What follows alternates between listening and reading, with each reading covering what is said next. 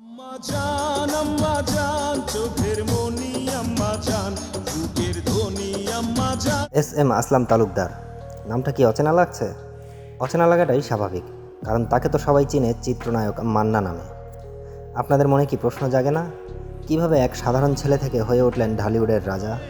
এক ধার দুধের দাম কাটিয়া গায়ের জাম পাপস বানাইলেও ঋণের শোধ হবে। টাঙ্গাইল জেলায় এক মধ্যবিত্ত কৃষক পরিবারে জন্ম নেয় বাংলার এক উজ্জ্বল নক্ষত্র। তখন কি কেউ জানতো? 1964 সালের 14ই এপ্রিল আমাদের মাঝে জন্মগ্রহণ করেছেন এক কিংবদন্তি। ছোটবেলা থেকেই অভিনয়ের প্রতি ছিল তার গভীর ভালোবাসা, কিন্তু পরিবারের পক্ষ থেকে সিনেমায় আসার অনুমতি ছিল না। সব পরিবারের একটাই ইচ্ছা থাকে, মান্নার পরিবারেও ব্যতিক্রম কিছু ছিল না। তারা চেয়েছিলেন পড়াশোনা করে একটি ভালো চাকরি করুক, কিন্তু মান্নার হৃদয়ে ছিল ভিন্ন স্বপ্ন, আর সেই স্বপ্নকে বাস্তবে রূপ দিতে তিনি ঢাকায় পা রাখেন। ঢাকা শহরের সিটি টেরর হয়েছে। আজ তুই আমার মতো টেরর গো। 1984 সালে নতুন মুখের সন্ধানে প্রতিযোগিতার মাধ্যমে চলচ্চিত্রের সুযোগ পান মান্না।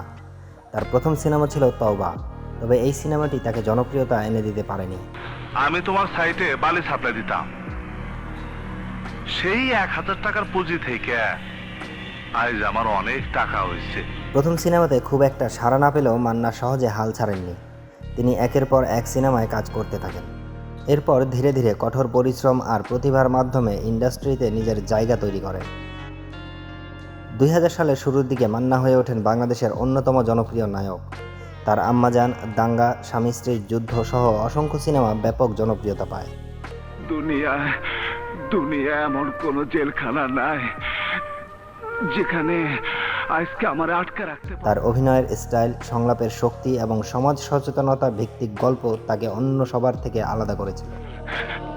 গুলি করবি তো আমারে কইতি, আমি তোর লিগে বুকটা পাইতা দিতাম। 2008 সালের 17 ফেব্রুয়ারি ঢালিউডের বক্স অফিস এক বিশাল ধাক্কা খায়।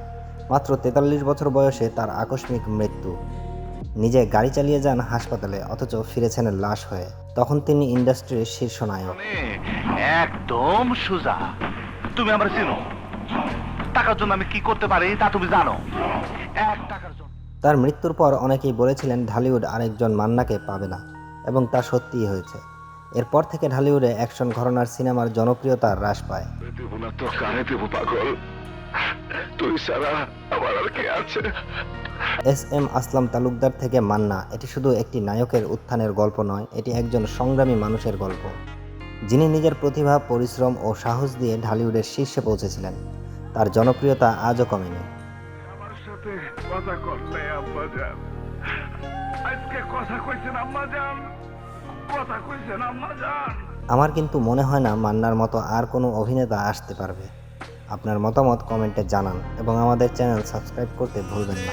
আসলাম একা যাইবার কালে যাব একা।